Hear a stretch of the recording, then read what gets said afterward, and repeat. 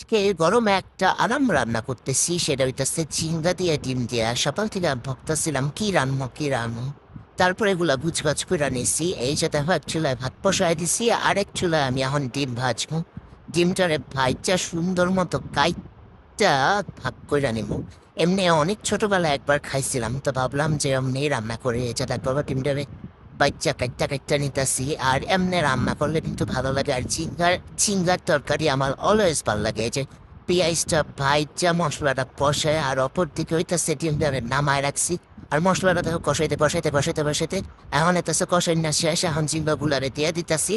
আর এটারও ভালো মতো কষায়া এগুলো আসলে গরম তো যেই গরম পড়ছে ভাই, এই গরমের মধ্যে শালার মানুষ যে সব বিরক্ত হয়ে, আমিও বেশিটা বিরক্ত হয়ে দেখো মশলা একদম হালকা মশলা রাঁধছি। কাঁচামরিচের ঝাল দিয়ে, শুকনা মরিচের ঝাল দেই নাই, পোলা প্যান্ডে খাওয়ানো লাগে এর লিগে। আর এখন দিয়ে দিতেছি গরম পানি।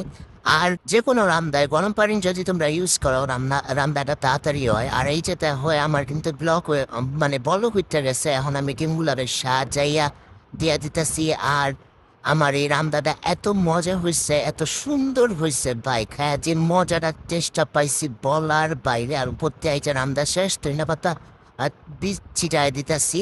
আর কেমন লাগলো আমার আজকের রান্না বাড়া আমার কিন্তু জানাইবা। তো আজকের ভিডিও পর্যন্ত, আল্লাহ হাফিজ, টাটা, বাই বাই।